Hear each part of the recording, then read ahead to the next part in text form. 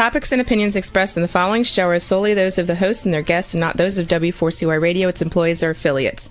We make no recommendations or endorsements for radio show programs, services, or products mentioned on air or on our web. No liability, explicit or implied, shall be extended to W4CY Radio or its employees or affiliates. Any questions or comments should be directed to those show hosts. Thank you for choosing W4CY Radio.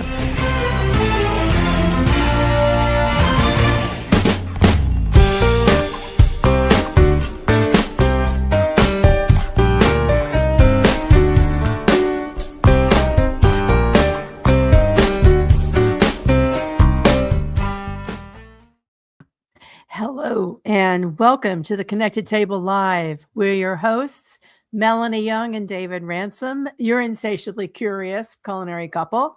We enjoy traveling the world to bring you the amazing people we meet in wine, food, spirits, and hospitality.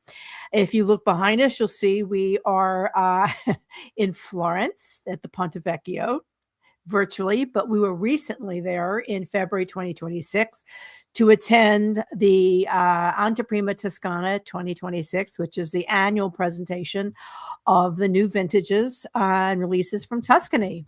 Tuscany. It was amazing. You've been there how many times? Oh, probably 10. Yeah, David's been there a little more than me. Yeah. And we love going. It is so important. We know many of you work in the industry and you know how important Tuscan wines are and how vast and diverse are. But for those of you who are joining us for the first time, we also like to kind of take you there. Tuscany is it really in the north central part of Italy. It stretches from the Tyrrhenian Sea to the west. There's a beautiful coastal area called the Maremma over to Umbria, near close to the Apennine Mountains. North is Emilia-Romagna, where you have amazing Lambrusco and also Sangiovese, a grape known well in Tuscany. And south is the Marche and region. It is a large area, but in reading up on it in Karen McNeil's fabulous book, The Wine Bible, I have the Tuscany chapter open. I learned it's the fifth largest region of Italy. Fifth. I thought it was third. Wine production? No, it's just geographically. It's a pretty big region, and it really encompasses a lot of the central boot of Italy, and at least the western half. The eastern half is places like Abruzzo and the Marche and Emilia-Romagna to a little bit of extent. But Tuscany is the eastern part, and that's really the famous wine region of the area. Yeah, and Tuscany is home to four of Italy's most renowned and well-known, let's say well-known, because many are renowned throughout Italy, well-known red wines. It's predominantly a red wine region. You've got Chianti, of which there's several subzones, and there's Chianti Classico, which we're going to deep dive into, which is Europe's oldest demarcated wine region dating to 1716. Very great history there. You have Brunello di Montalcino and Vino Nobile di Montalcino. Montepulciano. I'm sorry, brain fart. Sorry, Vino Nobile di Montepulciano. Right. We've been to. But it's all based on the grape Sangiovese, right, which is really the backbone grape of the central Italian winemaking areas. And yet the expressions in each of those areas are quite different. Mm-hmm. Throughout Tuscany in the red wines, you will find that Sangiovese is the backbone to almost every red wine, even the super Tuscans, which we will talk about because that was an emerging category. Although there were super Tuscans, they weren't called that, but made way back in the Arezzo area and earlier, before the term super Tuscan was given birth in Bulgari. I read this also in the Wine Bible. The word Sangiovese is thought to derive from sanguis Jovis, the blood of Jupiter. Mm. Yeah, the name was given by the monks near Monte Giova, Mount Jupiter, in Emilia-Romagna, as I said. And we know there is a section of Emilia-Romagna also that does quite a bit with Sangiovese, as there is in Umbria. But we're going to focus on Tuscany. Obviously, Florence and Siena are really the two most notable cities. They've long been rivals. You know, Florence is the birthplace of the Renaissance, and there's the Medici family. And for many years, Florence and Siena had a rivalry. And in fact, that was how the Chianti, correct me if I'm wrong, the Chianti Classico Black Rooster Gallo Negro came to be because there was a race, and the Black Rooster. We saw a movie about this. The Black Rooster was the symbol that guided them so that Florence won over the Sienans finally. And it is the symbol that you will see on every bottle of Chianti Classico wine. And you will see the Gallo Negro in the little towns everywhere. Gallo Nero. Yeah, Gallo Negro. Gallo Negro is black in Spanish. I'm studying Spanish. So Gallo Nero. That must be the Duolingo kicking in. You're Duolingo learning Spanish right now, aren't you? And it's Vino Nobile de Montepulciano. There are other wine. There are white wines as well. The most notable white wine region, which we're going to be going to again very shortly, is Vernaccia di San Gimignano, which is the only DOCG white wine area in Tuscany. Yeah. And then, of course, there's Trebbiano Toscana, and you'll find some other wonderful white wines as well. But it is still predominantly a red wine area. However, when we attend Anteprima Toscana, we have the great opportunity to taste wines from the different areas of Tuscany. And that's kind of what we're going to do in brief today, because we couldn't do it all. This year, we did not get to go to Montepulciano to taste the new releases of Vino Nobile di Montepulciano, which we always do. It was just a conflict called Mardi Gras. And we had to go to Mardi Gras in New Orleans, but we had been to the Montepulciano area twice in 2025 as well. And it's shown it quite a bit of love. And you can read up on this region on the Connected Table blog, and also several shows that we did on this wonderful red wine. We're going to focus on specifically the following areas because we spent some time in the area and also with the producers at special events. Chianti Classico. We'll touch on Chianti subzones, but notably the subzone of Rufina, where we were last year briefly, and we were hosted by the Consortio Chianti Rufina. And interestingly, it's the DOCG Carmignano. Was significant about these two smaller subzones as they are literally a hop, skip, and a jump from Florence, making them a fantastic day trip or overnight trip. The third region, also a very short drive from Florence, is Valdarno di Sopra, which is near the town of Arezzo. So if you're traveling to Florence and you want to get, particularly in the summer, and you want to beat the heat, these are great regions to visit because they are all in the hilly areas. You will taste outstanding wines, very unique to this area, and you'll have a rural retreat with some beautiful places to stay. Before electricity and air conditioning, that's what the Florentines used to do, or at least the wealthy ones. When Florence gets to be 100 degrees or 40 degrees centigrade in the summer heat and humid and hot with the river flowing through it, all the Florentines head for the hills. Exactly. And the only people there are the tourists these days in the summertime and the people servicing them. But, there's a lot of hills around Florence, and a lot of those areas are smaller regions that also make wine and make some very nice wines. Yes, very hilly. In fact, it's 68% hills. So if you want a beautiful hilly rolling hill, that picturesque feeling, and you also do have access to the sea because you've got these beautiful beaches in the Rimma. Tuscany is a great place to go. You'll most likely fly into Florence, spend some time there. It's the home of the Renaissance. You have to go to the Uffizi Gallery. You'll see the statue of David. There's wonderful restaurants. We are going to be writing that up as a special blog post on the Connected Table because we love going there. However, we're going to talk about wine and why you should visit these regions. We're going to start with Chianti Classico because also the region of Chianti Classico, which is a very large area, home to many of Italy's most historic producers, being also one of Europe's oldest demarcated wine regions, the other being Porto in Portugal.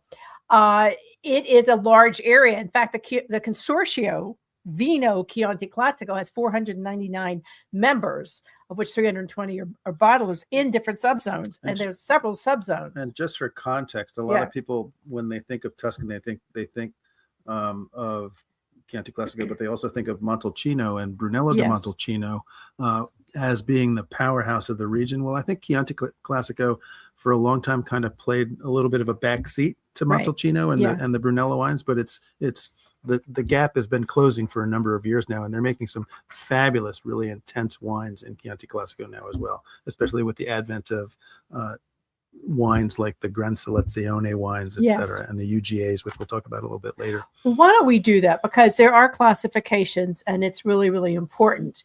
So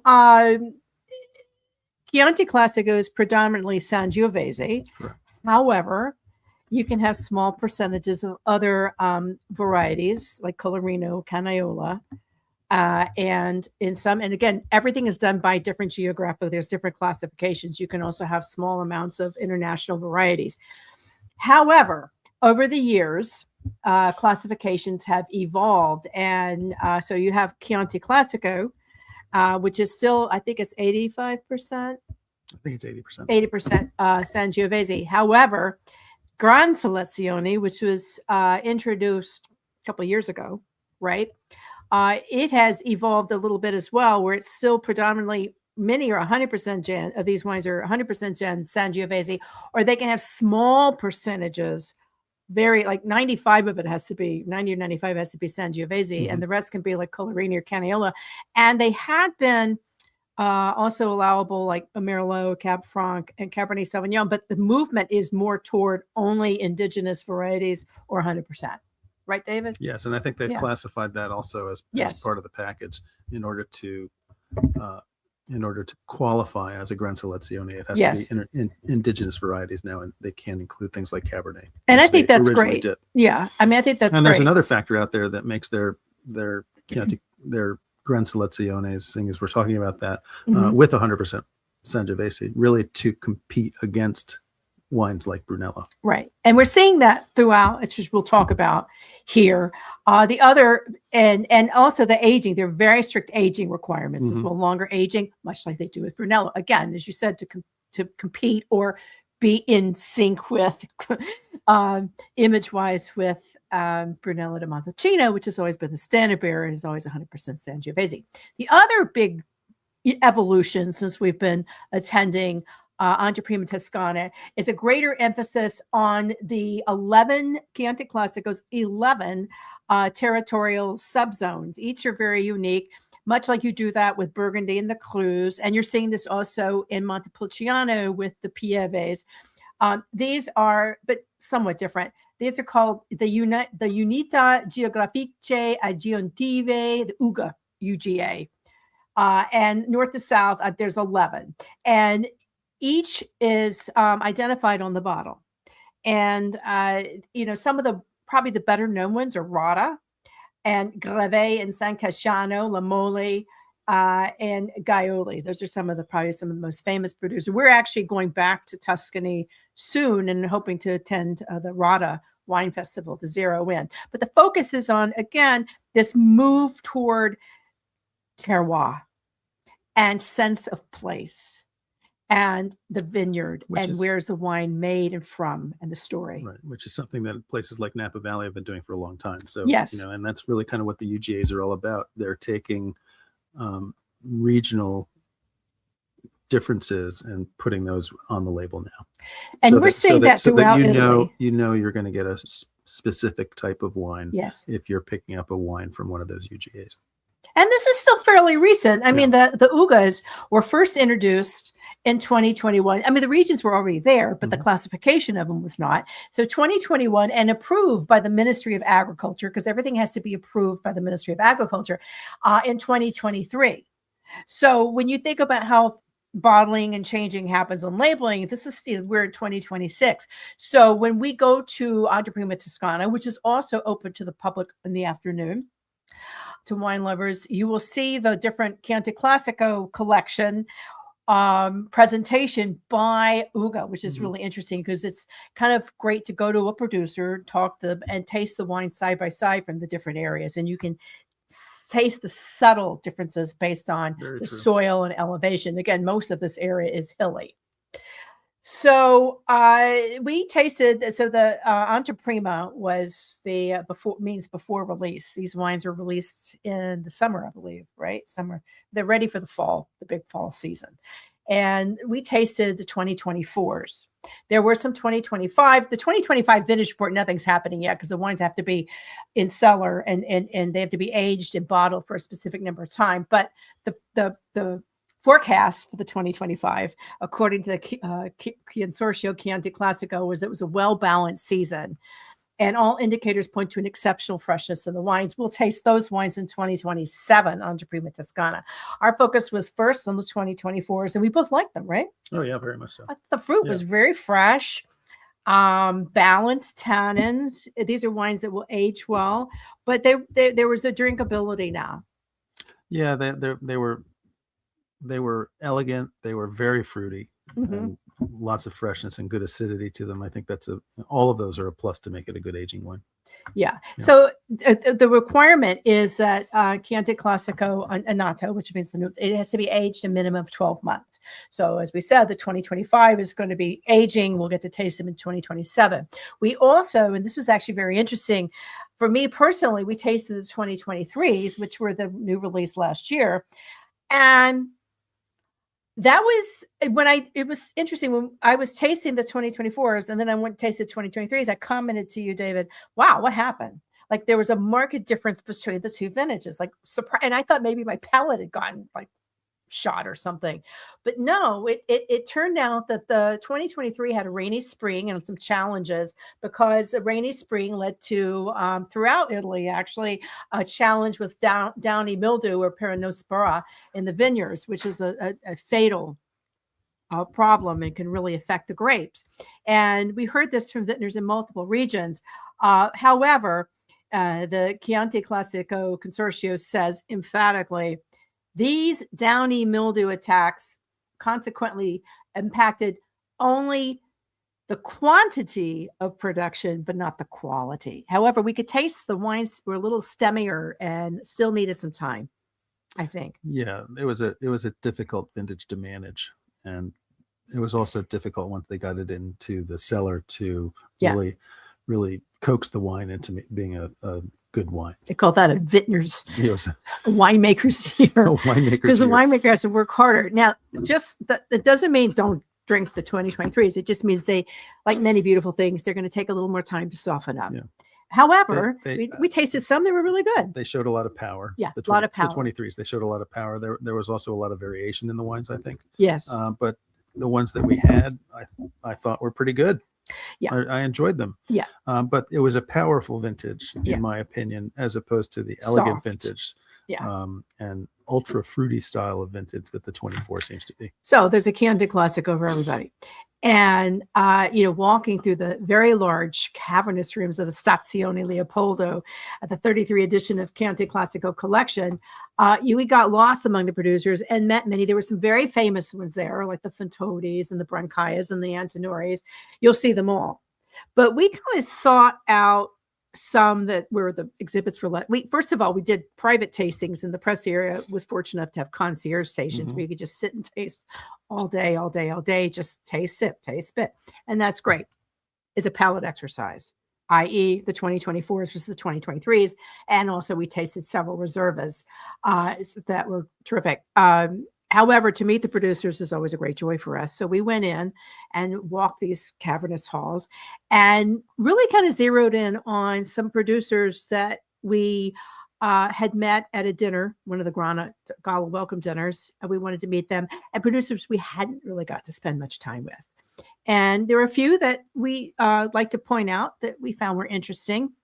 One of them was a debut project by the daughter of Francesco Riccosoli of Castellabroglio. Sophia, his daughter, has a wine called Ernesto. Only two wines, right? Which means root. Yes. And one was a 100% Sangiovese Reserva 2021, just 16,000 bottles. But I think they're available in the United States. And the other was a blend, 84%. It was an IGT, therefore, because it was 84% Sangiovese and 16% Merlot. Because of that higher percentage of Merlot, it was classified as an IGT. And this was an interesting wine. I liked the Chianti Classico Reserva 2021. Again, 100% Sangiovese. from the Gaiole region, which is where Castello Broglio is, and one of the famous wineries of that region, obviously, with the beautiful brick castle up on the hill. The Inesto #1 Toscana IGT is a multi-vintage wine. So it's a wine that they specifically create so that they can have consistency each year they release it, by blending different vintages together to create that specific style, much like non-vintage champagne. Right. And the wines that we did in the Lucca area, they had, multi-vintage. And that's, we actually attended in Italy last year, and there was a fascinating seminar on that, which really helps when you have, difficult harvest years and vintage years. When you do multi-vintage blends, you can, as you said, control the consistency. We're going to move on a little bit because we want to talk about some other areas. However, another winery that we thought was interesting, that this is a small winery near a big winery. They're near Badia a Cotabuena, and it's Poderi Ciano and Gaiole. I think they're nearby to Cotabuena. I've got to check that, but I know it's up there in the hills.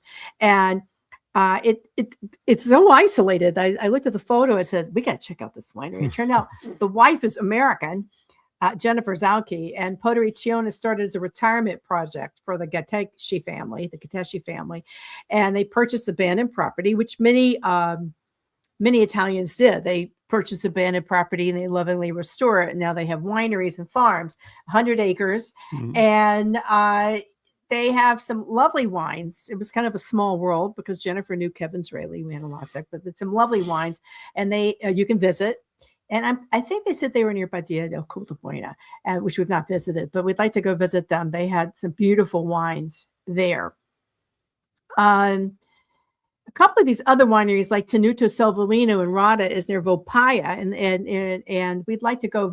I'm hoping we can visit when we go to Rada, if we go. Some wonderful young producers. One of them was Tenuto Selvellino. Alessandro Anichini, age 32, is a descendant of the Selvellini side of the family, and he is now managing this winery. We got to taste his wines, and they were just absolutely lovely. One we really liked was a risotto made 100% Sangiovese called Prolina. It's lovely. Delicious. Yeah, really, really lovely. Yeah, the risotto was very nice. Their Reserva Tenuto Selvellini 2021, which was 95% 95% Sangiovese, was just a delightful Reserva style Cabernet. Chianti Classico. There's so many producers. I like want to highlight anybody else? I like Rada. It's kind of in the southern part of the Chianti Classico region. And I'd say a little warmer, but that's not true. It depends on the elevation and whatnot, and which way the vineyards are facing. There's a lot of great producers down there. We were there last year and visited a couple of producers in that area. And Castello de Rada, and of course, and reported on that last time. But there's a lot of really wonderful smaller producers there that we've kind of fallen in love with over the years. And we're hoping really to get back produce some beautiful wines, and it's a nice area. Another one that I visited, you didn't visit, Melanie, actually, but I stopped and spent some time with, and the story is interesting on this, is Podere Capaccia, which is a Chianti Classico producer in Rada. The winemaker is a blonde Californian woman named Allison Morgan, and she's been producing their wine. She's been producing their wine for about 20 years, and it's a great story. The wines are traditional, they're fabulous, and Allison runs that winery extremely well and makes great wines for them. But it's an interesting story in that respect. I think I met her last year at the gala dinner. The wines are great, and it's interesting that a UC Davis trained winemaker ended up at Chianti Classico making wine, and great wines. You'll find some interesting people who are American or elsewhere in Europe now making wine in this area. And, it's easy to get to from Florence, and you'll also find some famous people like Sting and Trudy. We had the great Trudy Styler, who we had the great pleasure of visiting, Il Pelagio, which is in a Chianti, just in the outskirts of. It's in a subzone, though. It's not a Chianti Classico.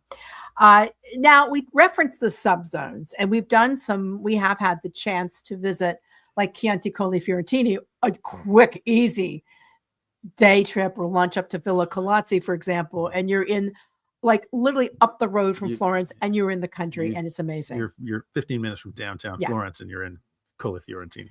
And It's if you don't do that, you're really missing out. I mean, we encourage anybody, particularly if it's a summer.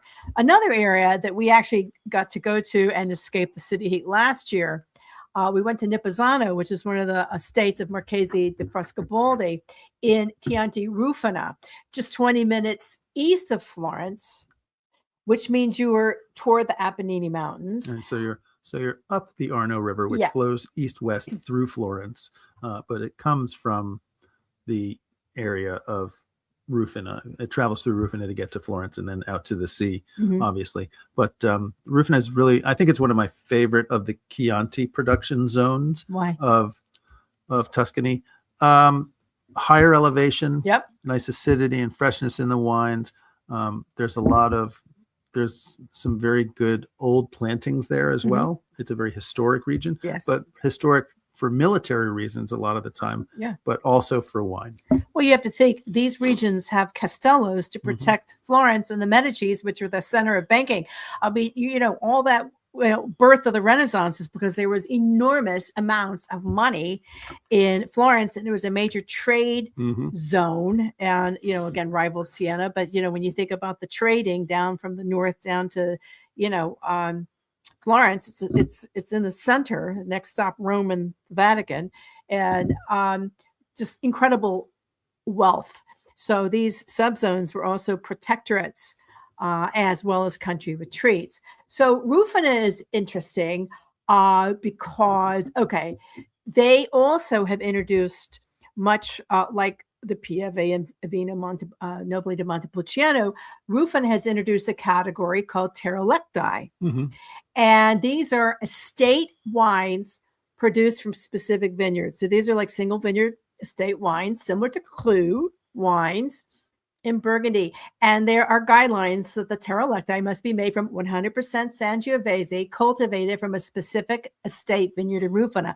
Similar, to Gran Selezione. So it has to be estate fruit, so they can't purchase any of that Sangiovese from somebody else, even if it's in the region. Right. And the name of the vineyard has to be on the label of the wine. Yeah. So that's fairly strict responsibilities. The wine also must be a Reserva, which means minimum 30 months of aging, of which 18 months are in wood and 6 in bottle. So the Terrolecti have very stringent guidelines.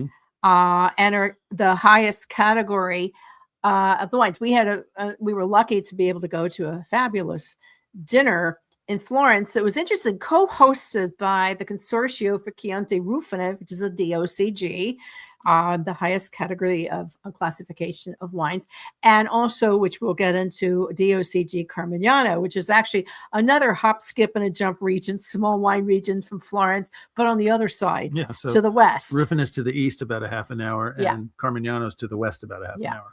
So we tasted many producers. We actually need to go back and spend time.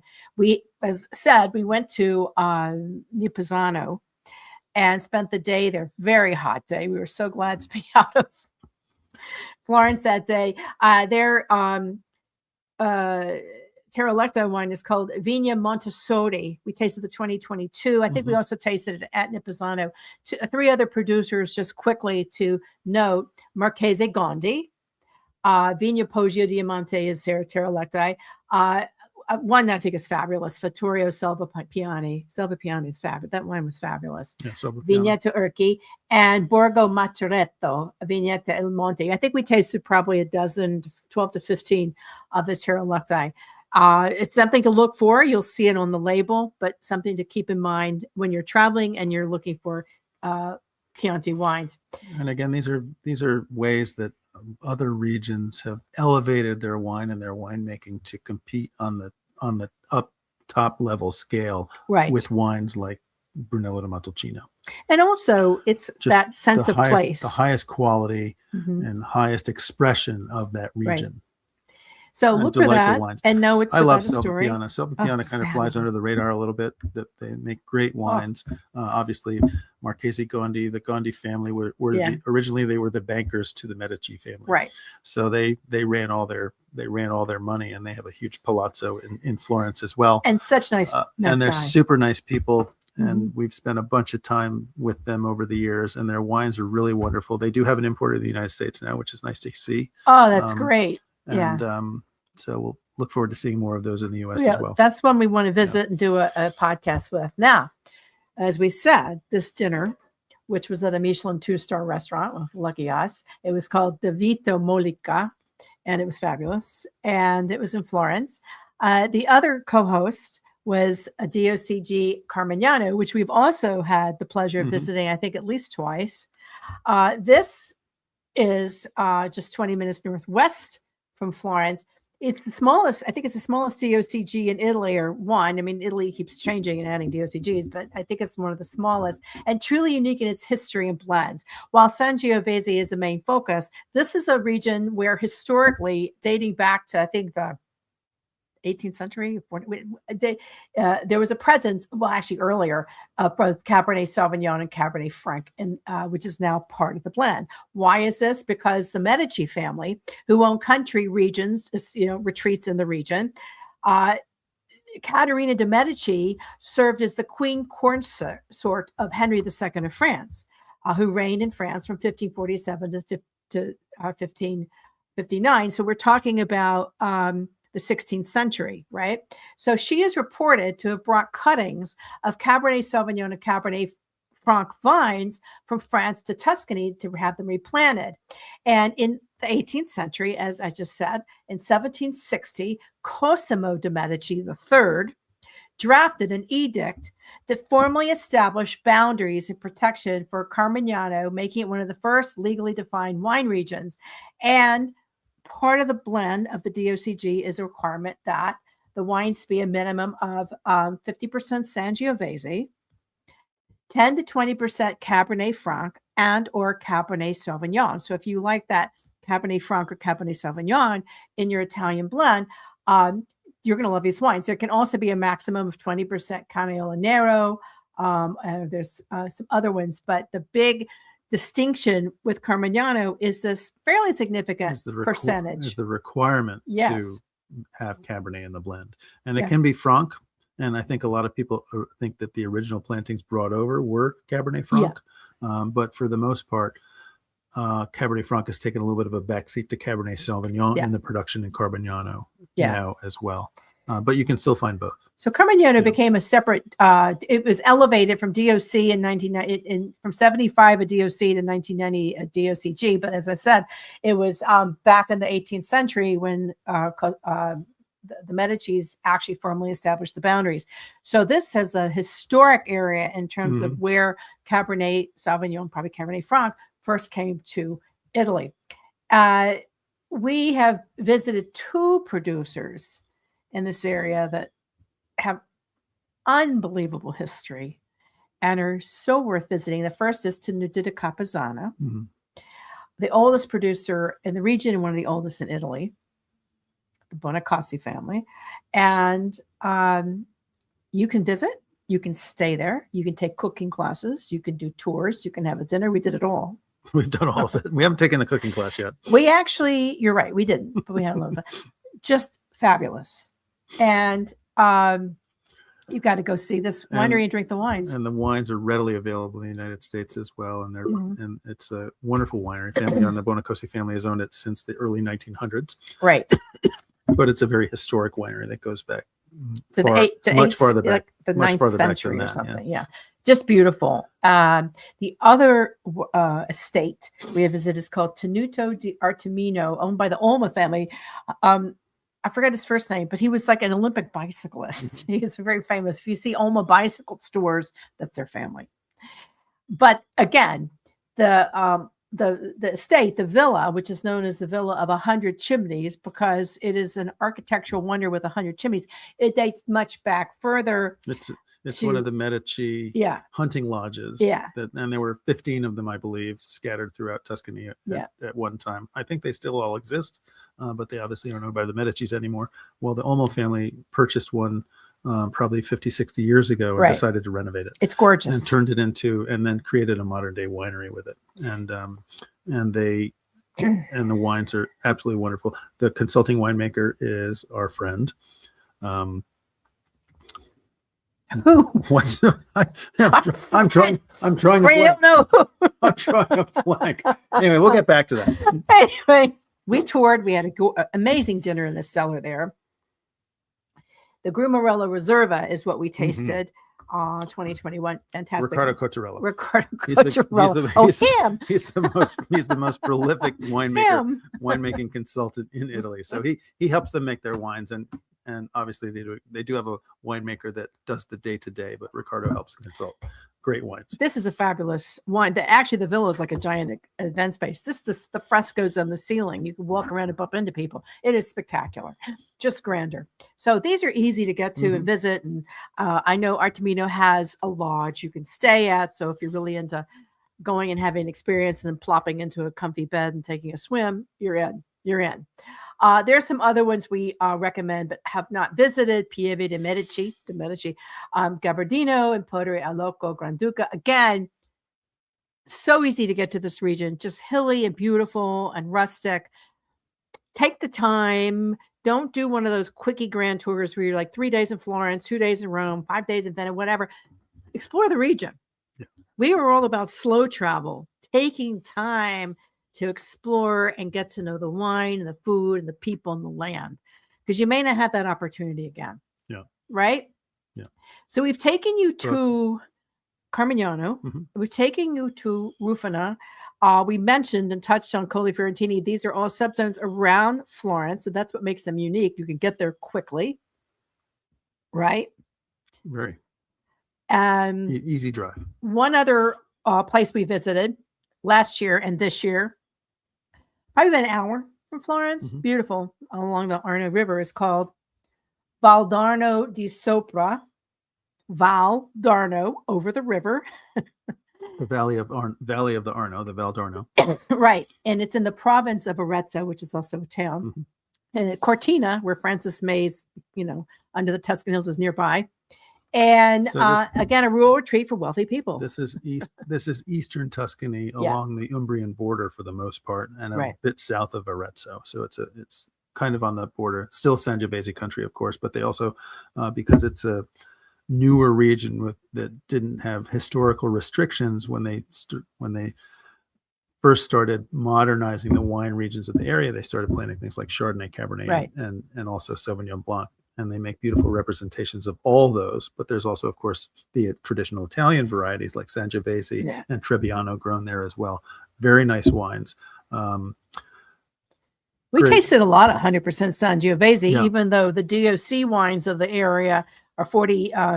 The reds are 40 to 80% Merlot, or Sangiovese. That's another thing that I like about this region, is the fact that they do have a pretty significant production of Merlot there as well. And the wines are beautiful. I like this region. I'd like to spend more time there. You can see the Apennines, the spine, as they call it, Italy's boot, which creates this amazing cooling. But again, it's a hilly area. You see these diurnal changes in the weather, because you've got the winds from the Chianti hills coming down. You've got the mountain winds off the Apennine. There's a lot of varieties grown here. In the reds, the Valdarno di Sopra DOC, which was established in 2011, so still fairly young. The DOC red wines, 40 to 80% blend of Merlot and or Sangiovese, Cabernet Sauvignon, Syrah.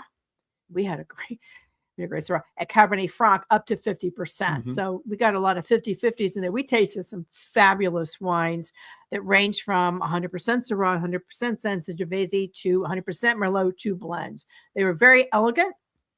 And really had that super Tuscan feel. I think these are some of the earliest super Tuscans. The whites were also good. I was partial more to the reds, but the whites, 40 to 80%, this important Chardonnay and Trebbiano Toscano, and or Malvasia Bianca Lunga up to 30%. And a little bit of Sauvignon Blanc. But if you're a Chardonnay drinker, you will find what you like here versus maybe other areas. So that's kind of just important to note. They also make some sparkling wines that are mainly 85% Sangiovese, all Metodo Classico, with a minimum of 48 months from lees to disgorgement. So the emphasis is on quality, the emphasis on cru, single vineyards, and most of the wines are all or becoming all certified organic.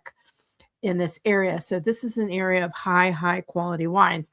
And we had the opportunity last year and this year to spend a day in Valdarno di Sopra, as well as an evening, having, a ginormous meal and really getting to taste some of the producers.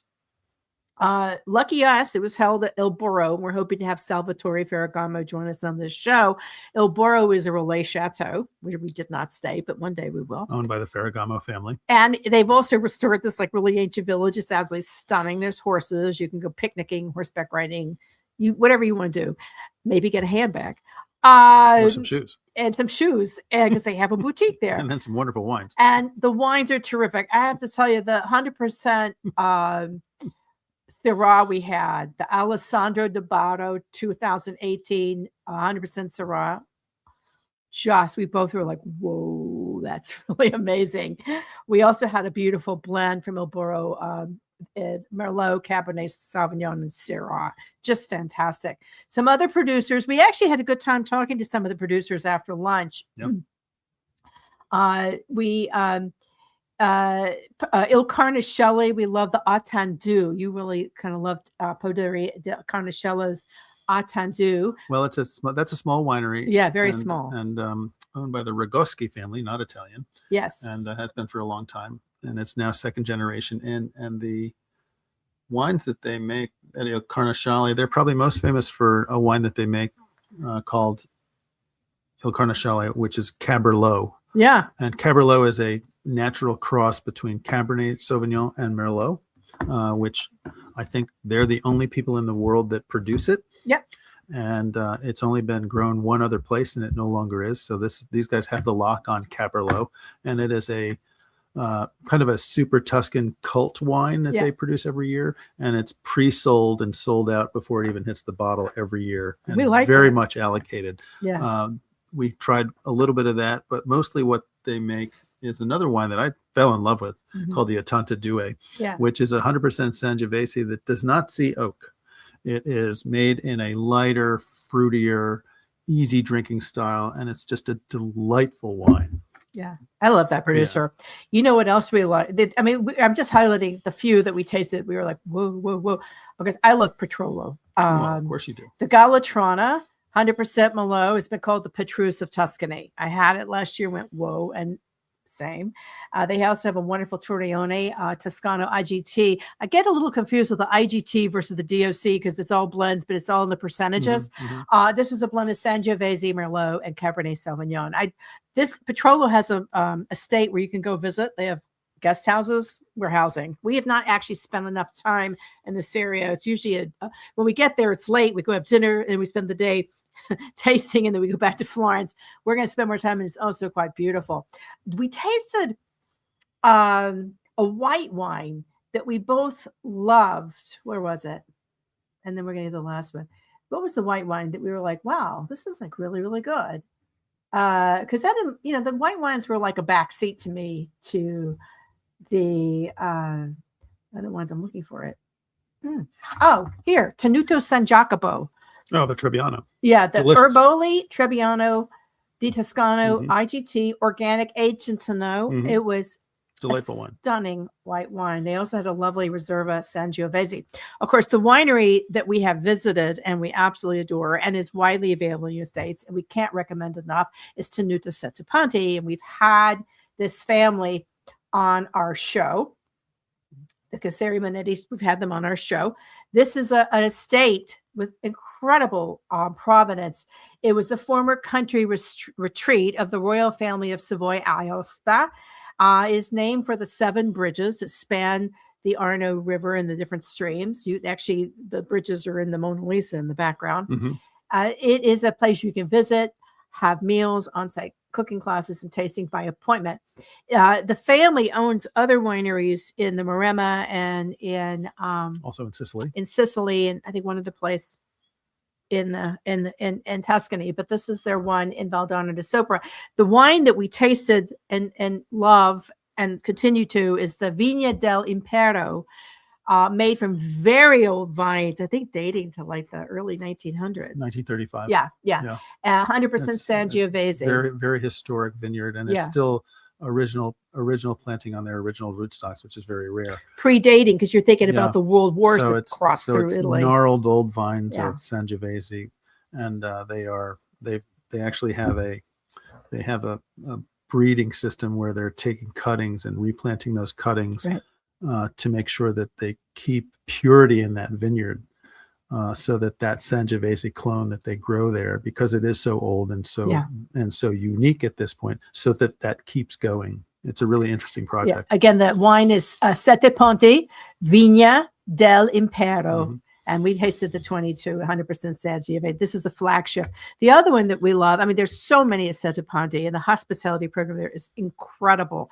Oreno, O-R-E-N-O, and there's lots of some significance in that name. It is a blend of Merlot, Cabernet Sauvignon, Cabernet Franc, and Petit Verdot. So if you really like those Bordeaux blend style wines, you can find them in Valdarno di Sopra.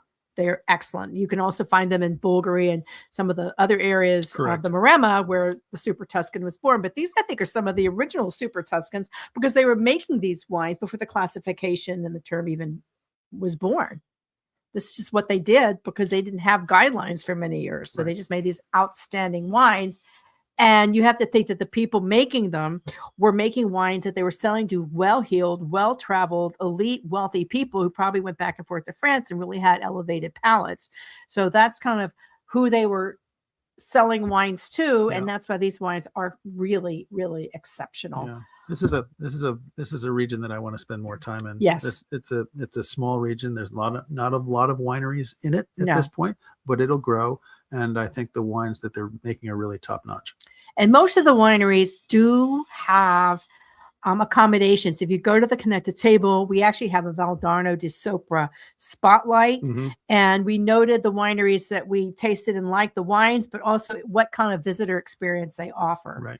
And, you know, whenever we travel, we actually think long and hard, what is the visitor experience? Because we are honored and privileged to be able to have these wines provided to us and private events where we have people serve us. And so we have experiences that most people cannot have, but we want our listeners and viewers to have the experience and to try it and do it. So we really go out of our way to visit wineries that offer an experience for everybody. As we said, last year we went to Montepulciano to deep dive into Nobili di Montepulciano, and we had a wonderful experience at a wine resort there that Vecchia Cantina owns, and Vistorta. Is it? No, it's another name. It was wonderful. There's some beautiful wine estates there. That's a little further from Florence, about what, an hour 2 and a hours. half? Yeah, 2 hours. That's a little further yeah. away. But all around Florence, you will find these incredibly beautiful wine regions, rural, cool breezes, rustic, great food. Yeah. And you can get there by train. You can have a car and driver take you. You can rent, whatever. Get out there and give it a shot.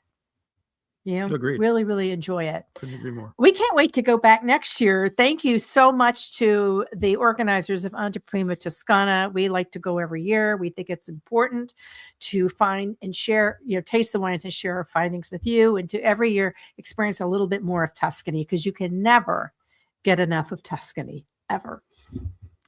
It is popular for a reason. And we're heading back soon. Yeah. So you'll be getting more shows on Tuscany. As always, we like to bring you what we experience so you can share we want to share our table with your table. You've been listening to Melanie and David Ransom of The Connected Table. You can hear all our shows on over 65 podcast channels. Watch this one on The Connected Table YouTube after this live airing.